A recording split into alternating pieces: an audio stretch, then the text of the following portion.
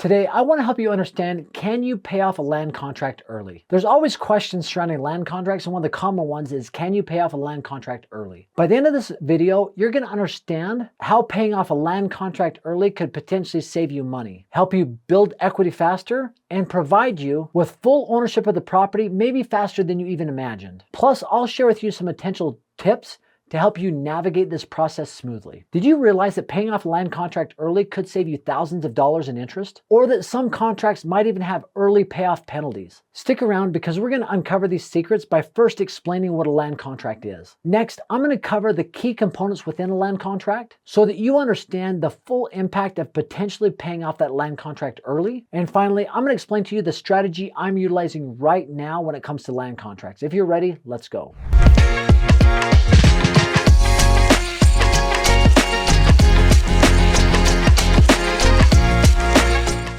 So let's quickly define a land contract. A land contract is a legal agreement for a seller finance purchase where it's negotiated between the buyer and the seller. They agree on all the terms, and the seller actually holds the title of the property until that land contract is paid in full. The buyer does have equitable title, but the seller holds the deed until it's paid in full. Because there's no traditional lender, everything is negotiated, the closing costs, even a down payment. And a lot of times in a land contract, there is no down payment and there's very little closing costs. So it really allows buyers to get into a property with very little to no money out of their pocket, just starting out by making that monthly payment. And because there's no lender involved, the buyer and seller negotiate the price of the home, the monthly payment, the interest rate, the contingencies, everything involved. So what are the mechanics within a land contract? Well, obviously there's sales price of the home.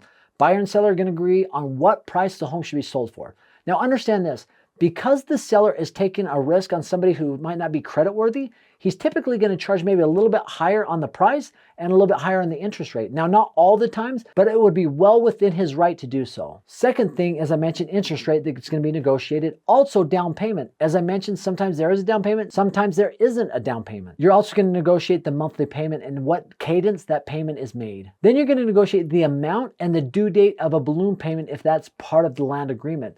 Understand you're making periodic payments, but a lot of times the seller is going to want a balloon payment at some point down the road, which means you're going to have to pay off the entire balance at some point down the road, which I'm going to dive into here shortly. You're going to want to, as the buyer, have what's called equitable title. Now you have equitable title, but you need to do something really important to make sure that that is maintained. You need to make sure that you get that equitable title. That allows you to be sure that the seller is not going to go try and sell it again, or there's not any liens or encumbrances on the property. You also have within the land contract who's responsible for what.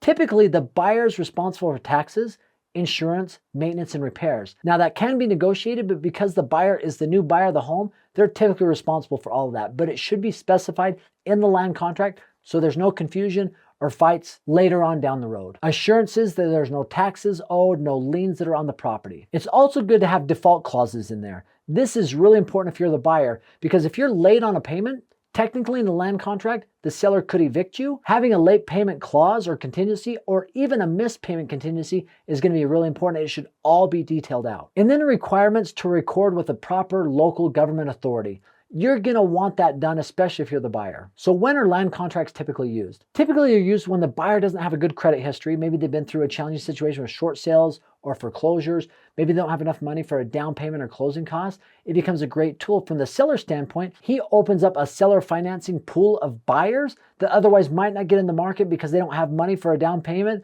or for closing costs or a good credit history. So it becomes a great tool for both parties involved.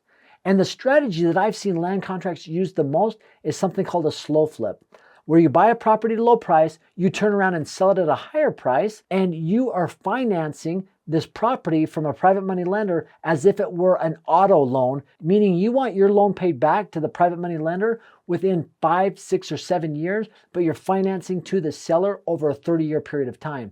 Now you need to charge a higher interest rate to make sure the payment coming in from the buyer to you is greater than the payment going out to your private money lender.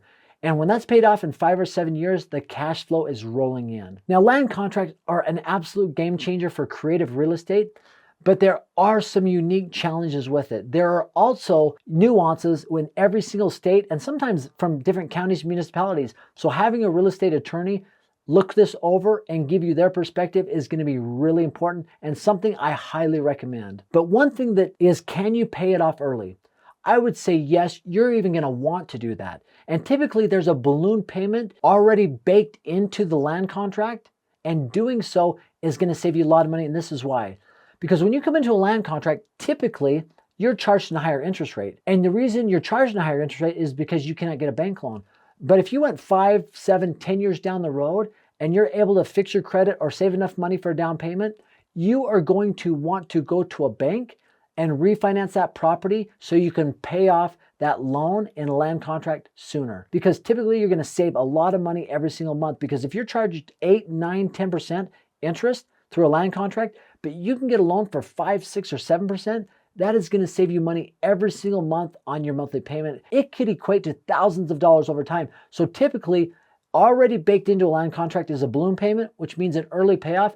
And the whole purpose of you getting a land contract is at some point to pay that off to save yourself money. So I would highly recommend to be able to look at and find ways and have a plan in the future to pay off that land contract. Land contracts, slow flips, these are amazing strategies in real estate that are working really good in today's economy.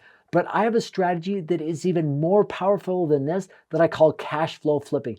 It allows you to cash flow every single month, and it is something you can do in any economy, in any market, with little to no money out of your pocket, and is an absolute game changer for creating wealth in real estate. And if you understand exactly how I came up with this strategy, exactly how to do this strategy, click on this video right here. It is in full detail about how I do this, that you can watch this video and start doing this strategy right now. Thanks for stopping by. Have an amazing day.